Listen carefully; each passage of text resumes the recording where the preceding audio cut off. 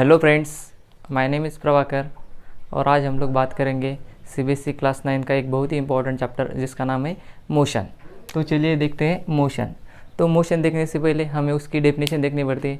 तो क्या होता है, अगर कोई बॉडी कैसी है, रेस्ट में, ओके, तो रेस्ट में है तो उसको अगर हमें क्या करना है, मोशन में लाना है, तो हम क्या करेंगे, उस पर एक फोर्स अप्लाई करेंगे। जब हम उस बॉडी पर फोर्स अप्लाई करेंगे तब क्या करेगी, वो एक जगह से दूसरी जगह पर जाएगी। तब हम क्या बोलेंगे, वो बॉडी क्या आ गई, मोशन में आ गई। तो सबसे पहले जो भी मोशन रहता है उसके लिए, अगर किसी बॉडी में मोशन अराइज करनी है तो उसके लिए हमें किसकी ज़रूरत होती है, फोर्स की। ओके, तो मोशन की डेफिनेशन कुछ इस तरह से होती है, motion is change in position of an object, change in position of an object about a reference point, about a reference point with respect to time, with respect to time is called motion। तो motion क्या होता है, change in position of an object about a reference point. तो हमें यहाँ पर एक point मिला, रेफरेंस पॉइंट। तो रेफरेंस पॉइंट किसे बोलते हैं, अगर यहाँ पर एक ऑब्जेक्ट है ए पोजीशन पर, जब हमने उसको फोर्स लगाया तो क्या कहाँ पर जाएगा, दूसरी पोजीशन पर जाएगा, पोजीशन बी पर जाएगा। तो उसका जो भी मेजरमेंट है वो किसके विथ रिस्पेक्ट टू लेंगे, हम इस पॉइंट के with respect to a point के विथ रिस्पेक्ट टू उसकी पोजीशन लेंगे। तो उसे हम क्या बोलते हैं, रेफरेंस पॉइंट। रेफरेंस पॉइंट का दूसरा नाम होता है ओरिजिन। ओके, तो ये हो गई उसकी डेफिनेशन। मोशन क्या रहती है, change in position of an object about a reference point with respect to time. कोई भी चीज़ एक जगह से दूसरी जगह पर जाती है तो क्या करती है, वो कुछ ना कुछ टाइम कवर करती है, उससे क्या बोलते हैं, हम मोशन बोलते हैं। तो मोशन इस चैप्टर में हमें कुछ टर्म्स मिलेगी। वो टर्म्स रहेगी, एक रहेगा डिस्टेंस, दूसरा रहेगा डिस्प्लेसमेंट, डिस्टेंस डिस्प्लेसमेंट, ओके। और उसके बाद में स्पीड, वेलोसिटी, एक्सेलरेशन, वो हम बाद में देखेंगे। सबसे पहले देखेंगे हम उसका डिफरेंस। तो सपोज यहाँ पर एक ऑब्जेक्ट है, उसको जाना है पॉइंट बी तक, यहाँ का डिस्टेंस है 5 मीटर और एक पोजीशन है सी, ओके। तो ये जो डिस्टेंस है वो है 4 मीटर, ऐसा बोलेंगे हम। तो हम क्या बोलते हैं, अगर डिस्टेंस किसे बोलते हैं, अगर ए ऑब्जेक्ट को ए से लेकर बी तक जाना है, बी से लेकर सी तक जाना है, तो क्या बोलेंगे, 5 मीटर प्लस 4 मीटर, उसे क्या बोलेंगे, हम डिस्टेंस बोलेंगे। लेकिन उसमें से जो भी हमारा शॉर्टेस्ट पाथ रहेगा from point A to point C, उसे बोलेंगे हम हमारा डिस्प्लेसमेंट। तो डिस्टेंस क्या होता है, it is the actual path covered bye an object, it is the actual path, it is the actual path. ये क्या है, उसका ए टू बी और बी टू सी क्या हो गया, उसका एक्चुअल पाथ हो गया, और वो हो गया हमारा 9 मीटर। उसके बाद में डिस्प्लेसमेंट क्या बताया हमने, from A to C, initial position to final position, जो भी शॉर्टेस्ट डिस्टेंस रहेगा हमारा उसे क्या बोलते हैं, हम डिस्प्लेसमेंट बोलते हैं। तो डिस्प्लेसमेंट सपोज हमारा है यहाँ पर 6 मीटर, ओके। तो डिस्प्लेसमेंट कितना है हमारे यहाँ पर, 6 मीटर है। तो देखो डिस्प्लेसमेंट किससे बोलेंगे हम, it is the shortest path between initial and final position, initial and final position is called displacement. हो गया, डिस्टेंस हो गया, it is the actual path covered by the object और body is called distance, and displacement क्या होता है, it is the shortest path between initial and final position is called displacement. उसके बाद में उन दोनों के बीच में एक सिमिलरिटी रहती है, उन दोनों का एसआई यूनिट रहेगा, वो कौन सा रहेगा, वो रहेगा हमारा मीटर। एसआई यूनिट क्या रहता है, मीटर, बिकॉज दोनों भी क्या है, वहाँ पर एक लेंथ है, डिस्टेंस है, ये डिस्प्लेसमेंट है, दोनों भी कैसे सिमिलर है, इसलिए हम उसका जो उसका यूनिट है वो क्या बोलेंगे, मीटर बोलेंगे। इसका भी क्या है, मीटर है। ये फर्स्ट वाला डिफरेंस, ये सेकंड, ये फर्स्ट और ये सेकंड। थर्ड वाला रहता है, एक रहती है स्केलर क्वांटिटी और दूसरी रहती है वेक्टर क्वांटिटी। तो आप लोगों को पता होगा कि जो डिस्टेंस रहता है वो कैसी क्वांटिटी है, scalar quantity. Distance is a scalar quantity. Scalar quantity किसे बोलते हैं? The quantity which requires only magnitude. Okay, जिस क्वांटिटी को मैग्नीट्यूड की ज़रूरत रहती है उसे क्या बोलते हैं हम? स्केलर क्वांटिटी बोलते हैं। और वेक्टर क्वांटिटी किसे बोलते हैं?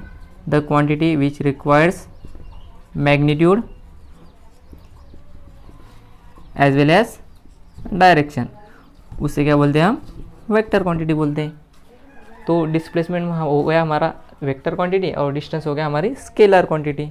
उसके बाद में फोर्थ वाला डिफरेंस रहता है उन दोनों के बीच में। अगर यहाँ पर एक ऑब्जेक्ट है, वो यहाँ तक गया और वो डिस्टेंस है 4 मीटर, बी से लेकर सी तक गया, तो यहाँ पर जो हमारा डिस्टेंस है वो भी है 4 मीटर। तो अगर आपको पूछा यहाँ पर जो डिस्टेंस है वो कितना है? 4 मीटर प्लस 4 मीटर हो गया 8 मीटर।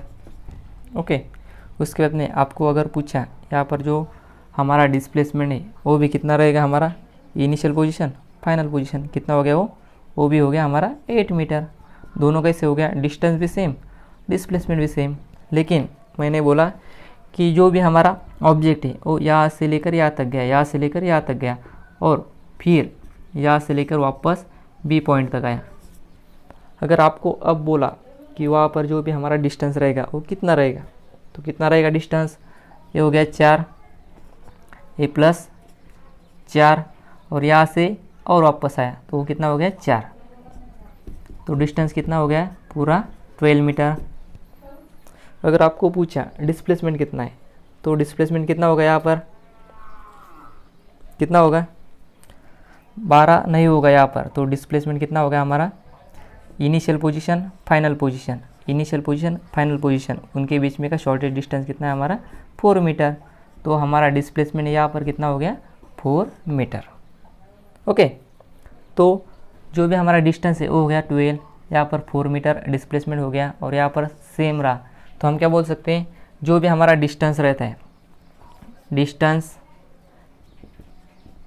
इज कैसा रहेगा? कम रहेगा या ज़्यादा रहेगा? Distance is always greater than और equal to displacement, greater than और equal to displacement. Distance always कैसे रहेगा? It is always greater than और इक्वल टू डिस्प्लेसमेंट। उसके बाद में अगर आपको पूछा कि जो भी हमारा डिस्प्लेसमेंट रहता है वो कैसे रहेगा? Displacement is always less than और इक्वल टू, लेस देन और इक्वल टू डिस्टेंस। ये हो गया उनके बीच में का फोर्थ वाला डिस्टेंस। डिस्टेंस कैसा रहता है? ऑलवेज ग्रेटर देन और इक्वल टू रहता है। और डिस्प्लेसमेंट कैसे रहता है? ऑलवेज लेस देन और इक्वल टू रहता है। उसके बाद में उसका जो डिनोटेशन रहता है, it is denoted by small D. It is distance is denoted by small D, denoted by small D. और जो भी हमारा डिस्प्लेसमेंट रहता है इट इज डिनोटेड बाय, किससे डिनोट करते हैं डिस्प्लेसमेंट? वो करते हैं हम स्मॉल एस से डिनोट करते हैं। उसके बाद में ये हो गया 5 डिफरेंस। उसके बाद में जो 6 वाला रहेगा वो क्या रह सकता है? अगर आपको बोला कि कौन सी क्वांटिटी पॉजिटिव रहती है, नेगेटिव रहती है, जीरो रहती है। अगर आपको बोला एक ऑब्जेक्ट है वो सर्कुलर पाथ में घूम रहा है, ओके, तो यहाँ पर डिस्टेंस और डिस्प्लेसमेंट सेम रहेगा क्या? नहीं, क्योंकि डिस्टेंस क्या रहेगा? उसका जो भी सरकमफेरेंस उसने कवर किया रहेगा वो क्या रहेगा? वहाँ पर डिस्टेंस रहेगा। और उसके बाद में डिस्प्लेसमेंट कितना रहेगा? वहाँ पर 0 रहेगा। ओके, तो कौन सी क्वांटिटी पॉजिटिव रहती है, नेगेटिव रहती है और 0 रहती है? तो जो भी हमारा डिस्टेंस रहता है वो कैसे रहता है? ऑलवेज पॉजिटिव रहता है। और कैसे रहता है? एंड बोल सकते हैं हम, पॉजिटिव एंड 0 रह सकता है। ओके, उसके बाद में जो हमारा डिस्प्लेसमेंट रहता है वो नेगेटिव भी रहता है, पॉजिटिव भी रहता है और कैसे रहता है? 0 भी रहता है। तो जो भी हमारा डिस्टेंस रहता है वो कैसे रहता है? पॉजिटिव रहता है और 0 रहता है। उसके बाद में जो हमारा डिस्प्लेसमेंट रहता है वो कैसा रहता है? नेगेटिव, पॉजिटिव और 0 रहता है। उसके बाद में जो भी डिस्टेंस है, डिस्प्लेसमेंट है, वो डायरेक्शन पर कौन सा डिपेंड रहता है, तो उसमें से डायरेक्शन पर डिपेंड रहता है जो भी हमारा डिस्प्लेसमेंट है, उसे क्या बोलते हैं हम, डायरेक्शन डिपेंडेंट, डायरेक्शन डिपेंडेंट। और उसके बाद में जो हमारा डिस्टेंस रहता है उसे क्या बोलते हैं हम, direction independent, direction independent. Distance कैसा रहता है, डायरेक्शन इंडिपेंडेंट रहता है, और जो डिस्प्लेसमेंट रहता है वो किस पर डिपेंड रहता है, वो रहता है डायरेक्शन पर डिपेंड रहता है। ओके, तो सपोज एक अगर आपको एक प्रॉब्लम दिया, यहाँ पर एक ऑब्जेक्ट है, वो from point A to point B जा रहा है, वहाँ पर जो डिस्टेंस है वो है 5 मीटर। उसके बाद में बी से लेकर वो सी की तरफ जा रहा है, वहाँ पर जो उसका डिस्टेंस उसने कवर किया है वो है 4 मीटर। ओके, वहाँ पर पॉइंट कौन सा है, सी है। अगर आपको पूछा कि वहाँ पर जो भी डिस्टेंस है, उसके बाद में डिस्प्लेसमेंट है, वो फाइंड आउट करो, तो कैसे फाइंड आउट करोगे, तो डिस्टेंस के लिए आप लोग लेंगे from A to B plus B to C. क्या हो गया, ए टू बी हो गया 5 metre plus B to C हो गया 4 मीटर, तो कितना हो गया हमारा डिस्टेंस, हो गया 9 मीटर। ओके, लेकिन अब आपको बोला कि वहाँ पर डिस्प्लेसमेंट निकालना है। डिस्प्लेसमेंट कैसे फाइंड आउट करोगे, 5 + 4 निकला गया क्या, नहीं, तो हम क्या बोलेंगे, यहाँ पर जो भी हमारा शॉर्टेस्ट पाथ रहेगा फ्रॉम ए टू सी, वो क्या रहेगा, हमारा डिस्प्लेसमेंट रहेगा। ओके, तो हम क्या बोलेंगे, for example with the help of Pythagoras theorem, with the help of Pythagoras theorem. क्या रहता है पाइथागोरस का theorem, AC² is equal to AB² plus BC²। AC² हमें क्या करना है, फाइंड आउट करना है। तो AB² कितना दिया है, 5 का स्क्वायर कितना हो जाता है 25, प्लस BC² कितना है, होता है 4 का स्क्वायर 16। तो उसकी एडिशन करने की, AC² इज इक्वल टू कितना हो गया 41, तो हमें AC इज इक्वल टू कितना मिल जाएगा, √41, और उसका यूनिट क्या रहेगा, मीटर।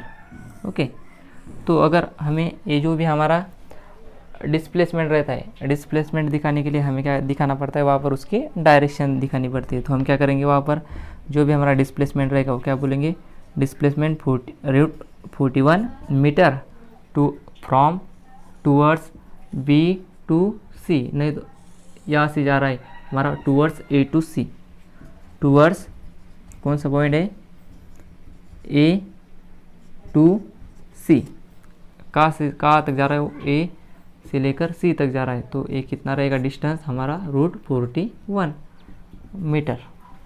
ओके, तो ये था डिस्टेंस और डिस्प्लेसमेंट के बारे में।